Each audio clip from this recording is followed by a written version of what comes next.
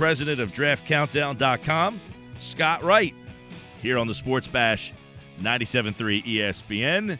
And, the night one is in the books there, Scott. It was very interesting. I guess, where was the first surprise for you? Was it number 3 with Bosa going there? Was there another spot in the draft that made you a little bit more surprised than you thought? Well, the first big surprise was definitely Bosa to the Chargers. And I never want to play poker with their general manager, Tom Telesco, because I think they were linked to every top prospect in this draft. But Bosa, you didn't really hear about. We thought it was going to be maybe Ramsey, maybe DeForest Buckner, maybe one of the offensive tackles. So kudos to them for keeping their true intentions close to the vest. But then after that, of course, I mean, the Laramie Tunsil fall. I mean, that was a crazy thing. I had him as my number 1 player in the draft, and a month ago we thought he was going to be the number 1 overall pick. But I think it just goes to show how risk adverse teams are. I think he would have gone to the Baltimore Ravens at number 6 if that video hadn't come out. So, but the Miami Dolphins got one heck of a player, and they might have got a Hall of Fame type of talent at number 13 overall. So that definitely surprised me. And those are the big shockers in the top half. I guess the other thing was those safeties going as early as they did. Now, I had both of them going in the first round, and when I released my mock draft yesterday, people were messaging me saying, you got Carl Joseph too high at 21. Here he ends up going to 14, and then that essentially pushed Keanu O'Neal up the board a little bit as well. So I guess those are the main surprises for me out of last night. Number 4, Ezekiel Elliott to the Cowboys. I don't have a problem with the fit for them. Is in this day and age, running back at 4 was the value there for the Dallas Cowboys. I mean, I guess it's just philosophical. I mean, Ezekiel Elliott's a really good player. He can absolutely justify taking him that early based on his talent and what he's going to do for that team, running behind that offensive line. It's a great fit. He's going to be a great player. Just philosophically, personally, I wouldn't take a running back in the first round. It's just a difference of opinion. I'll be interested to see where Dallas is going to find a pass rush. Because they have nothing right now. The cupboard is empty in terms of guys who can rush the passer. So they do have the 34th pick, which is the 3rd pick tonight, and there's some good pass rushers left. So particularly Emmanuel Ogbah from Oklahoma State and Kevin Dodd from Clemson, even Noah Spence from Eastern Kentucky. So even though they ignored that need for a pass rusher early, they should still be able to come back and get one in round 2. Although don't be shocked if they look for a quarterback too. They were trying to trade up for Paxton Lynch from Memphis back into the first round. So they're very motivated to get a better option as the backup quarterback behind Tony Romo and an eventual successor. So I'll be surprised if they don't go either defensive end or quarterback tonight. You mentioned the Titans had number 8, and they went Conklin. You mentioned, obviously, the fall from Tunsil. Were you surprised that number 1, Stanley went 6, and then Conklin went 8, and then 13? Or after that video, was it not a surprise? No, it really wasn't a surprise. I think for the Ravens, it was close to a coin flip, and for a lot of teams between Tunsil and Stanley, and that was enough to tip the scales in Stanley's favor. And then for the Titans, I knew all along that they liked Jack Conklin. That's who I had them taking in my final mock draft. I said they were going to trade up for him probably, and it's exactly what they did. And if they loved Laramie Tunsil that much, they probably wouldn't have traded all the number 1 pick. So. But I definitely think there's no doubt about it, that video coming out, especially when it did. That's what really hurt. I think if that video had come out a week earlier or a few days earlier even, and given teams more time to investigate it, it might not have fallen as far, but it just couldn't have been worse timing. Do you think that teams had knowledge of that video before it was released, though? I mean, they had to have had their hands on it before we did, right? I mean, if they had been doing their homework, I would think they would have known enough about his personality and Laramie Tunsil as a person that it wouldn't have come as a big surprise to them. So, but, I mean, it's hard to explain. It really is. It was just shocking because regardless of how you felt about Tunsil, I think everybody agreed he was one of the 5 best players in this entire draft. So for him to fall out of the top 10 completely is just that was one for the ages. I mean, when we think back to the 2016 NFL draft, that's going to be one of the 2 or 3 things that we remember. I think there was a lot of interesting stories, Scott, with guys being linked now because of where they were drafted. And I guess the first one, or there's other ones, obviously the 2 quarterbacks at the top. We'll get into that in a little bit. But how about the Giants getting Apple and the Tampa Bay Buccaneers ending up with Hargraves. Those two now will always be looked at. What did you think of the Giants? Were you surprised with Eli Apple at 10? Not shocked, and I actually had the Buccaneers taking Hargraves, so I think that made a lot of sense for them. And I thought that a cornerback was going to be in the mix for the Giants, especially with the way the board broke. The two guys that I heard they really liked were Leonard Floyd, the outside linebacker from Georgia, and Jack Conklin, the tackle from Michigan State, and they went with the previous two picks. In fact, the Bears traded up ahead of them, I think, to ensure that they got Floyd. I thought in that situation they would take Hargraves, but basically what it is they went for the potential. I don't think you could really make a good argument that Apple is a better football player than Hargraves right now, but Apple's bigger, he's a better athlete, and in the long run he could end up being better. And it might just come down to style. They might have just preferred the bigger corner to a guy who, like Hargraves, who lacks that ideal length. So I was a little surprised, but that was right about the range. Apple was supposed to come off the board. I had him 13 in my final mock draft, so not a huge shocker. And then, of course, Hargraves came off the board at the very next pick. How about the receiver run? There was 3 in a row, plus Corey Coleman taken at 15.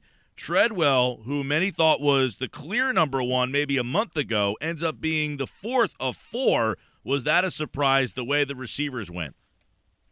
And I don't think there was ever the huge gap between Treadwell and the next group anyways. I think it was closer than most thought. And really, I think in terms of the order of the way these players came off the board, I think it comes down to style. What type of player were you looking for? Particularly the Houston Texans. I don't know that Will Fuller was the second best wide receiver in this draft, but that's exactly the type of vertical deep threat that the Texans needed to take advantage of the arm strength of Brock Osweiler. You look at Corey Coleman going to the Cleveland Browns. He's maybe the most dynamic, explosive playmaker in this draft, and the Browns have one of those now. They had nobody. So I think it was more just a matter of fit. And then for the Vikings, Treadwell, he's exactly what they needed, that big physical receiver with ball skills who can go up and win those 50-50 opportunities for Teddy Bridgewater. So I think with the top 4 or 5 receivers in this draft, it basically just came down to matter of preference and what you were looking for. And there's still some good ones on the board. Michael Thomas from Ohio State and Braxton Miller from Ohio State, I think are going to hear their names called pretty early tonight. So we're right in the midst of this run on wide receivers that I talked about leading up to the draft. And I'm sure we spoke about it, 20 to 50. That's where the run's going to be, and we're right in the midst of it now. And Michael Thomas is going to be the next one to watch out for. I think he's going to be off the board the next probably 5 to 10 picks. Scott Wright, draftcountdown.com. Was it a dream scenario for Paxton Lynch? Oh, yeah. I mean, for the Paxton Lynch, for the Denver Broncos, John Elway, I mean, that's incredible. For Paxton Lynch's agent, I mean, what more could you ask for to inherit a Super Bowl winning team with an incredible defense with John Elway at the helm and Gary Kubiak to learn from? And, they have Mark Sanchez, who can be that buffer, because I don't think Lynch is ready to step in from day one. And I'm as high on him as anybody. I had him as my number 2 quarterback in this draft. I had him ahead of Goff. But he's a little rough around the edges. He's going to need a little time. But I compared him to Brock Osweiler back during the season even. He's just got that. He's 6'7", 250. He's going to have one of the strongest arms in the NFL. He's a very underrated athlete. I love that fit. And it boggles my mind that with so many teams desperate for help at the quarterback position, to the point where they're mortgaging the future to go up to get, what everyone I think kind of admits aren't Andrew Luck, Peyton Manning level prospects. How can a guy with so much talent potential like Paxton Lynch fall all the way to the end of the first round? And it's just another example of why the Denver Broncos are the Super Bowl champs. They make moves like that. And there's risk at Paxton Lynch. Don't get me wrong. There's absolutely bust potential there. But, boy, if you're the New York Jets, how can you not at least take the chance? The Broncos traded up from 31 to 26 to get Lynch, and it's the 3rd time a defending Super Bowl champion drafted a quarterback in the first round. Last time, 1980, Mark Malone was the guy there. And Scott Wright's with us from draftcountdown.com. A lot of people scratching their head about the 49ers move to trade back and draft Joshua Garnett. What did you think about, number one, their decision there and what they gave up? Where did you have Garnett ranked? Well, I'm not at all surprised that Joshua Garnett wound up with the San Francisco 49ers. The word over the past weeks leading up to the draft was that Chip Kelly loved him. They needed help on the offensive line. It fit. And for my mock draft, I was debating, am I going to give them to them in round 2 or round 3? So even round 2, I think, would have been early. So I definitely don't agree with it from a value aspect. He was going to be a second-round pick. I don't think there's much question about that. But I had him as my 62nd overall player in the entire draft, and they wound up taking him at number 28. So I do think it was a reach. And I guess what makes it even worse is they didn't really have to trade up for him, I don't think. I don't know who was going to take Garnett in the next 10 picks or so. They were the team that loved him, and they gave up an early 4th-round pick for him, which I think could be a starter, especially for a team like the Niners that are essentially rebuilding now. So, that was definitely one of my least favorite moves of the first round, but not the most egregious reach I've ever seen. There's been far worse. Yeah, I don't know that it was the reach part of it, that they had 37 that they used to trade to get up there. Would it be pretty fair to say he would have been there at 37?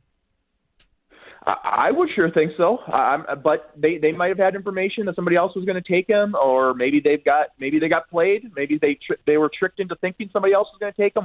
Whatever the reason, they felt they had to have Joshua Garnett, apparently.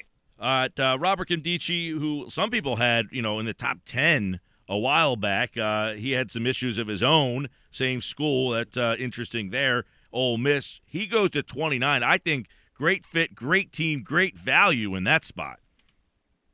Yep, and this is another boomer bust prospect, and he landed in the best situation to maximize his immense potential. And he's a great fit for that defense and that scheme, first off, but more importantly, the culture, the locker room environment. He's going to have Patrick Peterson, and he's going to have Tyrann Mathieu to help mentor him, Calais Campbell, and teach them how to be a professional, because there's no doubt about his talent. He's one of the 5 most talented players in this draft, and all the talk about how deep and incredible this defensive tackle class is, he's the most talented of the bunch, and I don't even think it's a debate. It just all depends on the intangibles part, and if he can keep his head on straight and do what it takes to reach his full potential, because he's amazing, and that was a great pick, and certainly the risk was worth it. The potential rewards were worth the risk at that point for Arizona. Let me get your thoughts. We'll go back to the top here. Jared Goff, Carson Wentz. We talked a lot about him here. The number on Jared Goff that I think is interesting, 14-23 as a starting quarterback in college. It's the worst win percentage by a starting quarterback drafted number 1 overall since 1967. Does wins and losses, does that bother you at all? No, and honestly, I'm not a big stats guy when it comes to quarterbacks at all in any regard. I think that's the position where you just have to watch. And, if anything, I worry if a guy throws a lot of interceptions. But with Goff, I think you have to take it in perspective. You go back and watch him as a sophomore, and that might have been the worst offensive line play I've ever seen. He was just getting killed. And it was incredible he did what he did, considering what he was working with. And honestly, that's what concerns me a little bit, because he developed, I think, some bad habits when he was facing all that pressure. And I'm not sure he's going to get away with some of the things he does in the NFL. But yeah, it's a little bit of a concern. But I think once you dig into it a little further and see what the situation was, I don't think you can hold that against Goff. And that's coming from someone who's not necessarily his biggest fan. All right, give us a little bit of what you like about Wentz. Maybe he's not the best prospect, and I know that you have not been a big Bradford fan, so you were supportive of this move. What are the things about Wentz that stand out that make you think that he could be – I don't know that he can even be a good player. If you trade what they did, he's got to be a great player, right? Well, I guess I'd be interested to hear what would lead you to think he can't be a great player. Because that's why I'm asking you. Yeah. Right. What does he do to make you think he'll be great? Everything. He's got the physical tools, the arm strength, the athleticism, the size. He's got the intangibles. He's a hard worker. He's a great leader. He's extremely intelligent. He's got a championship pedigree. The only concern is that he played at North Dakota State. But I think what he did at the Senior Bowl went a long way towards alleviating those concerns. Now, it's going to be a little bit more of an adjustment period, but this guy who played in a pro-style offense, he's arguably further along than either Goff or Lynch in terms of his ability to handle running a pro-style offense right now. So I think Wentz is a total package. And I think even though I don't think he's a Jameis Winston-level prospect, I think he ultimately has that type of upside. And I was a big fan of Jameis Winston, so I really like the pick for the Eagles, and I applaud them for being bold and making that move. And as I said before, the biggest mistake would have been going forward with just Sam Bradford and Chase Daniel and backing yourself into that corner. All right, so there's a lot you like about him. How come you don't have him in higher regards next to previous quarterbacks in previous drafts? Well, and the level competition is a concern. I mean, it's rare. And you have to go back to 1995 to Steve McNair to find a small school quarterback that was taken that early. And it's hard enough for quarterbacks that come from big-time programs position. And that's not saying Wentz can't do it, but it's just a little bit more of a projection. And, and certainly when I compare him to my best quarterbacks I've seen over the course of my career, whether it be the Andrew Lucks, the Peyton Manning, the Winstons, I just think they all got it done at such a high against such incredible competition. I just couldn't put him in that mix. When do you foresee him being ready? Would you say he's a guy that needs 1 year, 2 years? Is he Aaron Rodgers? Is it a perfect situation that he would say 3 years? What do you think is the right way to handle Carson Wentz? Well, I think 1 year would be ideal. I think if he didn't play as a rookie, but then I think by year two, I think he'd probably be far enough along that you feel comfortable making that transition. So, but we know how it works in the NFL. There's not a whole lot of patience from whether it's the front office, the coaching staffs, the fan base. They're going to want to see Carson Wentz on the field sooner rather than later, and it might depend on how the season goes. If they get off to a great start and there's no pressure and they're winning some games, then he's going to have a little more time. If they get off to a bad start and Sam Bradford or Chase Daniel or whoever's starting is struggling, we might see him a lot sooner than expected and maybe a lot sooner than we should. So I think it really is going to depend upon how the season goes. But if it were me, I'd like to set him for a full year. Scott Wright, draftcountdown.com. Don't forget round 2 and 3. Tonight coverage starts at 6:30 on 97.3 ESPN. The Eagles do not own a second-round pick. I'll start there. They have 79 in the third, 2 in the fifth. Do you think they have the ability and the want to move back into the second round? I don't think they can afford to now. They just don't have enough picks to be sacrificing anymore. They kind of went all in, moving up for the quarterback. And if anything, they might want to try to trade down and pick up another pick or two. And I'm actually working for the first time this year. I'm doing a new second and third round mock draft on the day of, so I can take into account everything that happened in round 1. And I just got to pick number 83, so I just passed the Eagles, and I have them taking Cyrus Jones, a cornerback from Alabama, at that point. But no, I'd be more inclined to think they're going to trade down more so than up. That would be interesting. Cyrus Jones at 79 there. Let me get your thoughts then. Did teams last night, in your opinion, make a mistake on Myles Jack? I mean, it's really hard to say. I mean, from a talent perspective, absolutely. But I'm not a doctor. I don't know what the doctors are telling these teams, so it's really hard for me to say. But I can speak for his talent, and I am the third best player in this entire draft. And had he not gotten injured, he would have got my elite grade, which I'm very stingy with. I only gave to 2 players. So I think Myles Jack is potentially special, especially in such a pass-happy league where a linebacker who can cover like a cornerback is just invaluable. So, if he's still there in about 5 picks for the Jacksonville Jaguars, and I thought they were going to take him at number 5 overall. So if they get him at 38 and their top 2 picks are Jalen Ramsey and Myles Jack, I don't know if I'm going to have seen a bet in my 15 years of doing the draft if a team had got 2 more talented, freakish athletes with their top 2 picks. That would just be incredible. A couple other guys that you have your eye on tonight in the second and third. Well, I want to see where Connor Cook, the quarterback from Michigan State, is going to go. He's the next quarterback that figures to come off the board, and maybe he goes 32 to the Cleveland Browns. Maybe somebody trades up for him. So definitely that storyline. Those pass rushers, Emmanuel Ogbah and Kevin Dodd. I'm interested to see where they come off the board. And then Noah Spence, the defensive end from Eastern Kentucky, who, for my money, I think he might be the best pure pass rusher in this class. How far does he continue to fall? Because on talent alone, I think he should have been off the board by this point. And keep an eye on the Tampa Bay Buccaneers at 39 for a spot for him. And then some of these other Alabama players, A'Shawn Robinson and Jaron Reed, the 2 defensive linemen. We thought they'd be first-round picks. They're still available. Reggie Ragland, the inside linebacker, is still available. Derrick Henry, the Heisman Trophy winner. So we're going to hear that Bama fight song early and often tonight, I think. Should be interesting. We saw a lot of Ohio State last night and maybe a lot of Bama moving forward here. And as we get into Saturday, who are some sleeper guys that we should watch for Saturday? Well, yeah, and of course, there's always guys that fall for one reason or another. So there's probably going to be the guy that I have in my top 75 overall who's going to be available early on day 3. But just based on my rankings and who I kind of expect to be available on early day 3, one player I like is Eric Murray, the cornerback from Minnesota. He's really a feisty player, stepped up against top competition.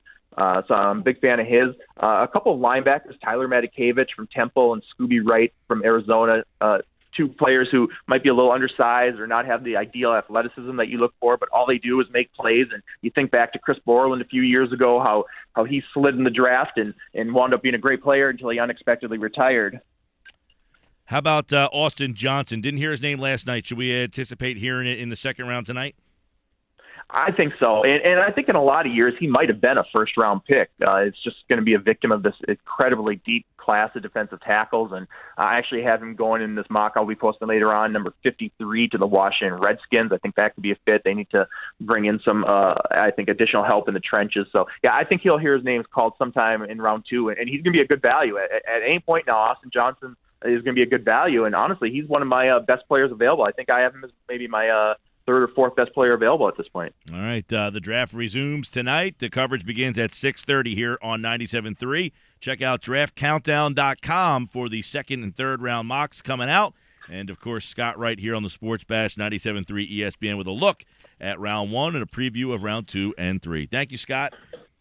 My pleasure. Anytime.